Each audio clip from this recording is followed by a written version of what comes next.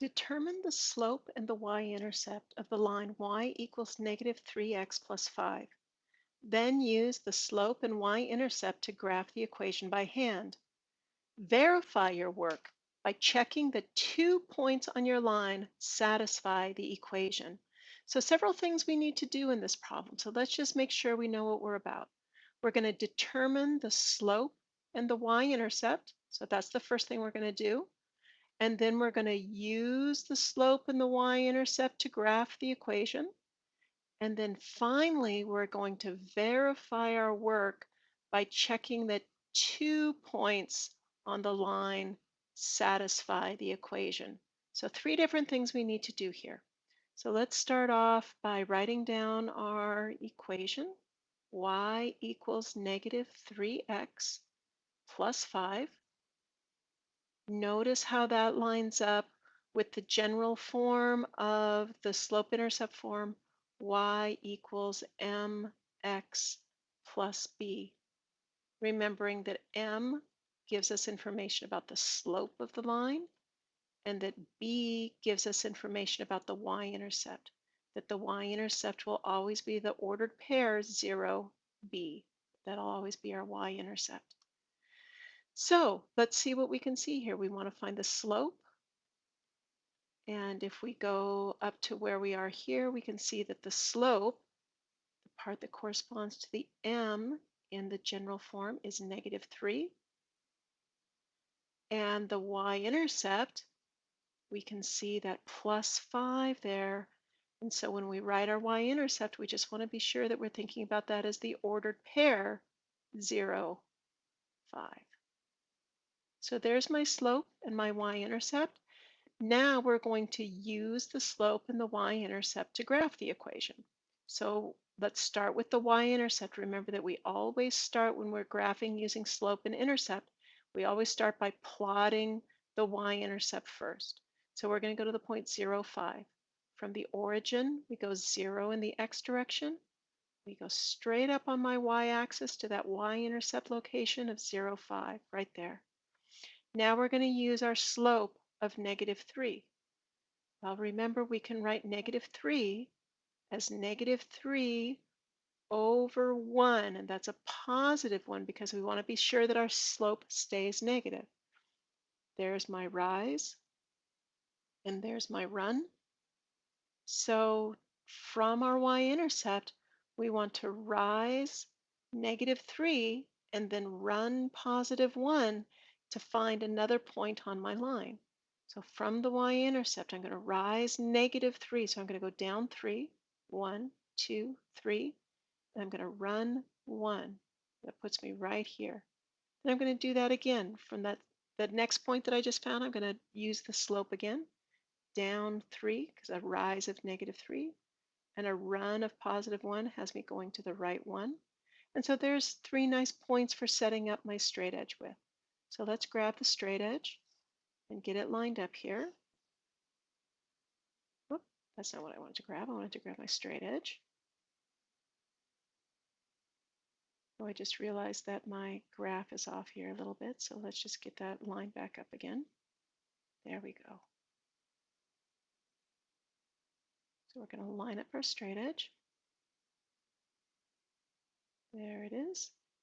And draw our line, grab our pencil and draw our line here.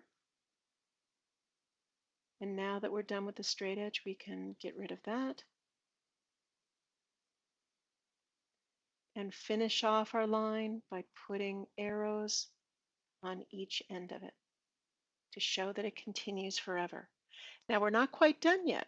We've only finished the second part. Then use the slope and y-intercept to graph the equation by hand. Now notice this last thing we're being asked to do. Verify your work by checking that 2 points on your line satisfy the equation. Now we have lots and lots of points that we can choose from. I could choose this point that I found using my slope. So that's the point. Let's see, where is that? From the origin, we go 1 in the x direction and 2 in the y direction. So that's the point 1, 2. And we could also use a point that our line seems to go through that we didn't actually plot, but that our line still goes through. I'm looking at this point up here. So that point right there looks like the point where I go over -1 in the x direction and up 8 in the y direction. So that's the point -1, 8. So we need to now check these 2 points that my line goes through to make sure that they satisfy the equation y equals -3x plus 5. So let's do that. We're going to write the equation y equals -3x plus 5, and we're going to be checking -1, 8, and 1, 2. So let's do -1, 8 first. So -1 is the x value, the y value is 8. So let's go ahead and put in these values and see if they satisfy the equation.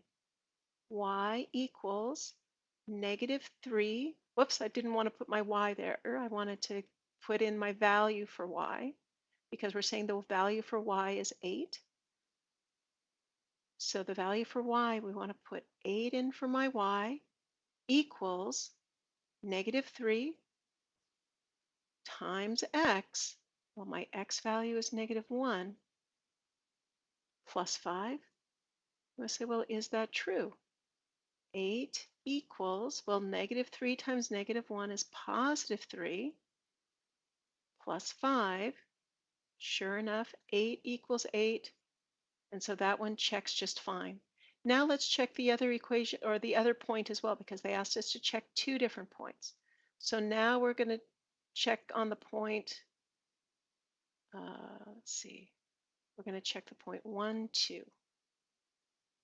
So we're going to go back to the original equation. Y equals -3x plus 5. And we're going to substitute in 1 for the x and 2 for the y. So my y value is 2.